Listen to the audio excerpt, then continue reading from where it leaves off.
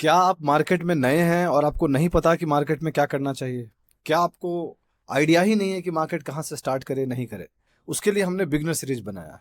Beginner series में हमने काफी वीडियोस बनाए हैं, आप उसको देख सकते हैं। लेकिन क्या आपको पता है कि बॉलिंजर बैंड को कैसे लगाते हैं चार्ट्स पे और क्या बॉलिंजर बैंड का काम क्या है? अगर नहीं, ये वीडियो डेडिकेटेड आपके लिए है। इस वीडियो में हम बॉलिंजर बैंड के बारे में बात करने जा रहे हैं। आइए और इस वीडियो को देखिए।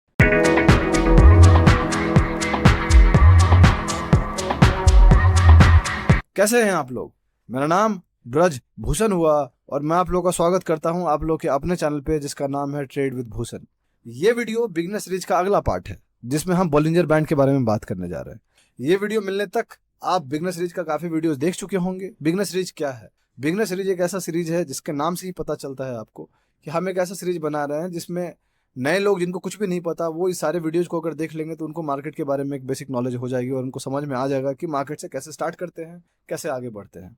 अभी इंडिकेटर्स के बारे में हम बात कर रहे हैं।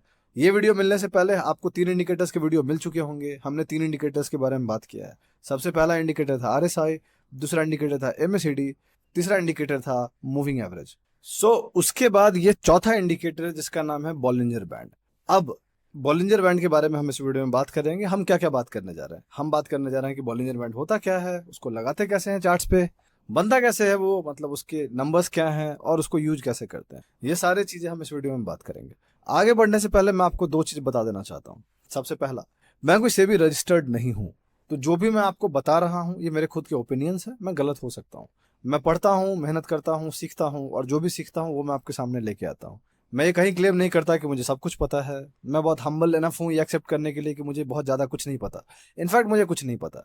मैं बस सीखता हूँ और वही चीज़ आपके सामने लेके आता हूँ। जो मुझे आता है वो मैं बताता हूँ। मैं गलत हो सकता हूँ, हो सकता है मेरे समझाने में कहीं गलती हो सकता है आपको लगे कि मैं एग्जैक्टली वैसे नहीं समझा रहा हूँ, बट वो मेरे समझाने का तरीका है। मैं कोशिश करता हूँ बहुत लेमन भाषा में चीज़ों को समझाने का। दूसरा, मैं कोई फाइनेंशियल एडवाइजर नहीं हूं, तो आप जो भी फाइनेंशियल डिसीजन लेना चाहते हैं उससे पहले अपने फाइनेंशियल एडवाइजर से डिस्कस करें और फिर कोई फाइनेंशियल डिसीजन लें। क्रॉस चेक करना हमेशा बेहतर है। आज के डेट में मिस इन्फॉर्मेशन वैसे भी बहुत ज़्यादा है, तो किसी भी चीज़ को मानने से पहले आप क्रॉस चेक करें। अब चलते हैं सीधा बात करने के लिए कि बॉलिंजर बैंड क्या है। हम जिसके बारे में बात करने जा रहे हैं उसका नाम है बॉलिंजर बैंड। Bollinger band. अब बॉलिंजर बैंड क्या है, इससे पहले आप ये जान जाइए कि बॉलिंजर बैंड को जिनने बनाया था उनका नाम है जॉन बॉलिंजर। वो आज भी जिंदा है और वो एक अच्छे ट्रेडर में आते हैं, जॉन बॉलिंजर। ठीक है, जॉन बॉलिंजर ने बॉलिंजर बैंड को क्रिएट किया है, इंडिकेटर बनाया। ये इंडिकेटर है क्या? बेसिकली ये एक टेक्निकल इंडिकेटर है जो आप जानते होंगे। ठीक है, एक टेक्निकल एनालिसिस का टूल है जो ये डिटरमाइन करता है कि प्राइसेस कितने हाई और कितने लो हैं। बेसिकली इंग्लिश में अगर मैं बोलूं तो Bollinger band is a technical analysis tool used to determine whether prices are high और low relative to each other. एक दूसरे के बीच में वो प्राइस हाई या लो है वो बताता है। ये जो बैंड होते हैं बेसिकली, अभी मैं दिखाऊंगा आपको, ये 3 लाइन के बीच में होते हैं। बेसिकली ये 3 लाइंस इस इंडिकेटर में होते हैं। बेसिकली 3 लाइन बोलो या जैसा भी बोलो आप समझो। इस 3 लाइन में एक मूविंग एवरेज होता है बीच का और 2 बैंड होते हैं, upper band and lower band. मैं आपको दिखाऊंगा, ये चार्ट पे अच्छे से दिखाऊंगा और वो समझाऊंगा। तो 3 होते हैं बेसिकली, 3 चीजें, अपर बैंड, लोअर बैंड और बीच में एक मूविंग एवरेज होता है। इसमें एक और चीज यूज होती है जो basically upper and lower band होते हैं, वो स्टैंडर्ड डेविएशन होते हैं। स्टैंडर्ड डेविएशन क्या है, सवाल ये है, वो मैं आने वाले टाइम में आपको डिस्कस करूंगा। बीच की जो मूविंग एवरेज होती है वो 20 मूविंग एवरेज होती है। 20 सिंपल मूविंग एवरेज, SMA। अगर आपने मूविंग एवरेज का वीडियो देखा होगा तो उसमें हमने SMA के बारे में डिस्कस किया। उसका +-2 का स्टैंडर्ड डेविएशन होता है जो मैं आपको चार्ट्स पे दिखाऊंगा। ये जो बेसिकली बैंड है बॉलिंजर बैंड, ये बेसिकली मार्केट की वॉलेटिलिटी को बताता है कि मार्केट कितना वॉलेटाइल है। अगर मार्केट बहुत ज्यादा साइडवेज होता है तो ये कॉन्ट्रैक्ट हो जाता है, और अगर मार्केट ऊपर नीचे जाती है तो ये एक्सपैंड होता है। तो एक्सपेंशन एंड कॉन्ट्रैक्शन 2 ऐसे वर्ड हैं जो आपको ध्यान रखने की जरूरत है। मैं लिख देता हूं उसको, एक्सपेंशन एंड कॉन्ट्रैक्शन। ये 2 ऐसे शब्द हैं जिसपे आपको ध्यान रहना चाहिए। एक्सपेंशन क्या होता है? फटना। कॉन्ट्रैक्शन क्या होता है? करीब आना, कॉन्ट्रैक्ट। ठीक है, ये वॉलेटिलिटी के हिसाब से होता है। बेसिकली ये जो इंडिकेटर है वॉलेटिलिटी को बताती है। ठीक है, अब चलते हैं चार्ट्स पर और चार्ट्स पे बात करते हैं बेसिकली कि बॉलिंजर बैंड को लगाते कैसे हैं और क्या होता है नहीं होता है। ठीक है, ध्यान रहे इस चीज का कि मैं कोई भी इंडिकेटर जो आपको बता रहा हूं वो इंडिकेटर ब्लाइंडली फॉलो करने की जरूरत नहीं है। क्यों? बिकॉज दोस्त, कोई भी चीज हमेशा काम नहीं करता। जो चीज़ हमेशा काम नहीं करता है, इन सारे जो भी टेक्निकल टूल्स हैं, ये प्रोबेबिलिटी फील्ड है, जहाँ पे कोई चीज़ 50% ऑफ द टाइम्स काम करते हैं, 50% ऑफ द टाइम्स काम नहीं करते हैं। तो आपको ये मान के चलना पड़ेगा कि कुछ भी चीज़ हमेशा काम नहीं करती है। बॉलिंजर बैंड एक कॉन्सेप्ट पे काम करता है जिसका नाम है मीन रिवर्जन। मीन रिवर्जन क्या होता है? मीन रिवर्जन बेसिकली एक कॉन्सेप्ट है जो ये कहता है कि कोई चीज़ अगर बहुत ऊपर या बहुत नीचे चला गया है तो बीच में आता है, अपनी मीन प्राइस पे आता है। ध्यान रखिए कि रबर को आप लेते हैं, रबर को खींचते हैं, जब रबर को आप खींचते हैं एक बार जब छोड़िएगा तो वापस से अपने पास में आ जाता है। ठीक है, अब चलते हैं चार्ट्स पे और देखते हैं कि बॉलिंजर बैंड को लगाते कैसे हैं। ये जो चार्ट आपके सामने दिख रहा है ये रिलायंस का चार्ट। ठीक है, रिलायंस का चार्ट इसलिए है जस्ट बिकॉज मैंने एक रैंडम ले लिया है। इसका ये कहीं मतलब नहीं है कि आप रिलायंस पे ही जाके स्ट्रैटेजी कोई आइडिया ले लीजिएगा, वो नहीं। चार्ट्स बस इसलिए एक सिंपल कोई भी एग्जांपल लेके दिखाना था, मैंने रिलायंस का एग्जांपल लिया है। बॉलिंजर बैंड लगाते कैसे? बॉलिंजर बैंड लगाने के लिए आपको इंडिकेटर पे जाना है और यहाँ पे टाइप करना है बॉलिंजर बैंड्स। जैसे ही आप टाइप कीजिएगा बॉलिंजर बैंड तो ये आपको दिख सकता है क्लियरली, ये बॉलिंजर बैंड है, इसको सिलेक्ट कीजिएगा। अब जब आप सिलेक्ट कीजिएगा तो ये ऐसा कुछ लग जाएगा जो आप दिख रहा है। अब यही अगर मैं इसको जूम आउट करूँ तो मैं आपको कह रहा था, जो मैं आपको समझा रहा था पहले, कि इसमें 3 चीज़ें होती हैं। सबसे पहला जो मैं आपको 3 लाइन बोल रहा था, ये 3 चीज़ें होती हैं। तो ये 3 चीज़ें क्या हैं? यही मैं बोल रहा था, ये जो आपको बीच में दिख रहा है ये मूविंग एवरेज है। ये है मूविंग एवरेज, मैं लिख देता हूँ आपके लिए, मूविंग एवरेज। ये है मूविंग एवरेज। आई होप आपको ये दिख रहा होगा, छोटा है शायद, मैं इसका साइज थोड़ा बड़ा कर देता हूँ, अब दिख रहा होगा अच्छे से। ये जो है इसको हम अपर बैंड बोलते हैं।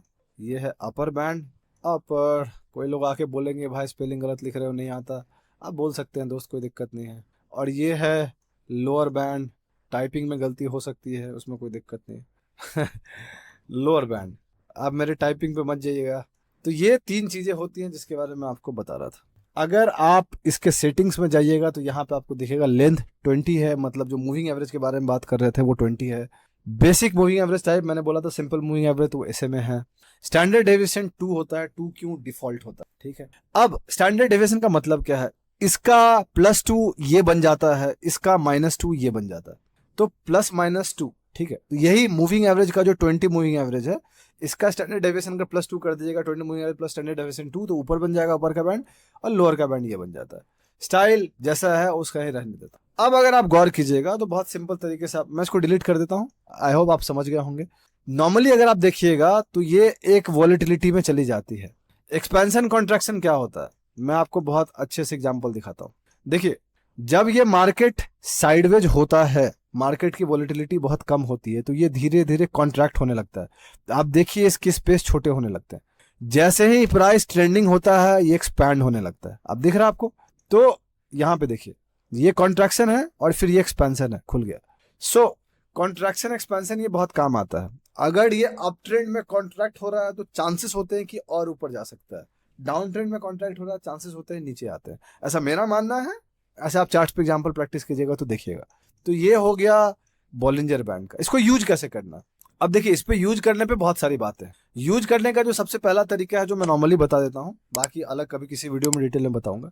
ये मिडिल बैंड जो है बेसिकली, जो बेसिकल मूवी, अगर इसके ऊपर प्राइस चल रही है तभी आप स्टॉक में एंट्री करने का सोचिए। अगर इसके नीचे प्राइस चल रही है तो आप एंट्री करने का मत सोचिए। जब तक ये ऊपर वाले बैंड के साथ इंटैक्ट चल रहा है और जब तक ये इसको रिस्पेक्ट कर रहा है तब तक आप स्टॉक में रह सकते हैं।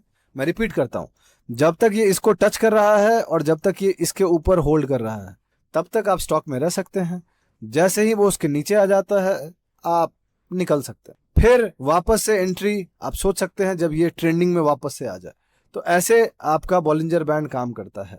स्टॉक्स से दूर रहिए, जो मैंने आपको ट्रेंड बताया था। ऐसे टाइम पे जब ये लोअर बैंड को टच कर रहा है, ऐसे टाइम पे आपको स्टॉक से दूर रहना चाहिए। अपर बैंड पे टच कर रहा है मतलब वो स्टॉक्स अच्छा दिख रहा है, आपको ये समझना पड़ेगा कि आपका रिस्क रिवॉर्ड कब फेवरेबल है। इसका मतलब ये नहीं कि ब्लाइंडली जाके खरीद ले। बहुत बार बहुत सारे लोग क्या करते हैं, जब लोअर बैंड से ये अपर बैंड पे आता है तो लोग एंट्री लेते हैं, क्योंकि वो इंडिकेट करता है कि चीजें जा रहा है। तो वो अपना एक साइन है, बहुत तरीके हैं यूज करने के। मैं अभी डिटेल में आपको नहीं समझा रहा हूं कि एग्जैक्टली इसकी स्ट्रैटेजी क्या यूज करनी है, बट मैं आपको एक तरीका बता दे रहा हूं कि अगर बॉलिंजर बैंड में प्राइस आप देख रहे हो कि लोअर बैंड के पास चल रहा है, वैसे स्टॉक से दूर रहें। वो ऐसे स्टॉक में एंट्री करके आप खुद के पैर पे कुल्हाड़ी मार रहे हैं या फिर आप फॉलिंग नाइफ खरीदना चाह रहे हैं। बहुत सारे रिटेलर्स बॉटम फिशिंग करना चाहते हैं, उनको बॉटम पे खरीदना चीजें अच्छा लगता है। आप बॉटम फिशिंग से बचिए। बॉटम फिशिंग कहीं कोई काम नहीं आना है आपके, तो आपको बॉटम फिशिंग से बचना है। जैसे जैसे यहाँ पे प्राइस गिर रहा है तो आपको बचना है। प्राइस जब ऊपर रह रहा होता है आप अपर बैंड पे देख सकते हैं। सो अपर बैंड और मिडिल बैंड जब तक रिस्पेक्ट हो रहा है तब तक बॉलिंजर बैंड बेहतर है। कॉन्ट्रैक्शन पे ध्यान रखिए कि कॉन्ट्रैक्शन जब हो रहा है, अभी देखिए साइडवेज काफी दिन से है तो प्राइस धीरे धीरे कॉन्ट्रैक्ट हो रहा है। जितनी जो ज्यादा वॉलेटिलिटी कम होगी प्राइस धीरे धीरे और कॉन्ट्रैक्ट होता जाएगा। फिर जैसे ही वॉलेटिलिटी बढ़ेगी वो एक्सपैंड करेगा और चीजें ऊपर नीचे जाएंगी। आई होप आपको ये समझ में आ गया होगा। ठीक है, इसका सिंपल सा मतलब है, अगर मैं 2-3 भाषा में समझा दूं तो समझ लीजिए। अगर अपवर्ड मिडिल बैंड है मतलब ऊपर और मिडिल बैंड के साथ चल रहा है, मतलब अप ट्रेंड है प्राइस में, आप चाहे तो खरीद सकते हैं या होल्ड कर सकते हैं। दूसरा, अगर डाउनवर्ड मिडिल बैंड में है मतलब मिडिल बैंड और नीचे बैंड के साथ चल रहा है, इसका मतलब वो डाउन ट्रेंड सजेस्ट करता है, जो उतने देर से मैं समझा रहा हूँ, जिसका मतलब आपको निकल जाना चाहिए या फिर आप शॉर्ट करने वाले होते हैं। जब वो नैरो बैंड चल रहा है साइड में, तो वो इसका मतलब वॉलेटिलिटी कम है, हो सकता है कि आने वाले टाइम में प्राइस मूव होगा, किस डायरेक्शन में एग्जैक्टली नहीं पता, राइट। जब वो डायरेक्शन कंफर्म होगा तभी पता चलेगा आपको। ठीक है, अब और चीज ध्यान रखिएगा, अगर बहुत ज्यादा एग्रेसिवली हम अपर बैंड को टच कर रहे होते हैं बार बार, इसका मतलब है कि हम शायद ओवरबॉट हो रहे हैं। जैसे मैंने आपको आरएसआई में बताया था 70 के ऊपर ओवरबॉट वाली बात है, तो हो सकता है कि इसका मतलब है कि हम थोड़ा ऊपर जा रहे हैं, हल्का फल्का हम करेक्ट कर सकते हैं। सेम अगर नीचे वाले बैंड में हम ज्यादा बैक टू बैक नीचे टच कर रहे हैं, तो इसका मतलब है कि प्राइस नीचे जा रही है और हो सकता है कि ओवर सोल्ड हम हो रखे हैं और थोड़ा बाउंस कर सकते हैं। ये चीजें आपको ध्यान रखने की जरूरत है। नीचे बैंड से अगर बाउंस करता है तो ऊपर वाला बैंड उसके लिए रेजिस्टेंस के रूप में काम करेगा, और ऊपर वाला बैंड से अगर नीचे आ रहा है तो नीचे वाला बैंड एक सपोर्ट के रूप में काम करेगा। बहुत सारे लोग क्या करते हैं, नीचे वाले बैंड पे खरीदते हैं, ऊपर वाले बैंड पे बेचते हैं, नीचे वाले बैंड पे ऊपर वाले पे बेचते हैं, नीचे पे खरीदते हैं। ऐसे बहुत सारे लोग करते हैं। आपको क्या करना है वो आपकी इच्छा है, मैं कोई नहीं होता आपको ये बताने के लिए कि ये स्ट्रैटेजी यूज करना चाहिए। मेरे से पूछेगा ऑन पर्सनल लेवल, मैं बॉलिंजर बैंड यूज नहीं करता हूं। क्यों? क्योंकि मैं प्राइस एक्शन पे विश्वास करता हूं और मैं कोई इंडिकेटर्स का बहुत बड़ा फैन नहीं हूं। तो ये वाली बात है। इसका मतलब ये नहीं है कि बॉलिंजर बैंड काम नहीं करता। जॉन बॉलिंजर के लिए अच्छा काम करता है तो बाकी लोग के लिए भी करता है, जो लोग उसको अच्छे से यूज करते हैं। बहुत सारे लोगों के लिए नहीं करता है।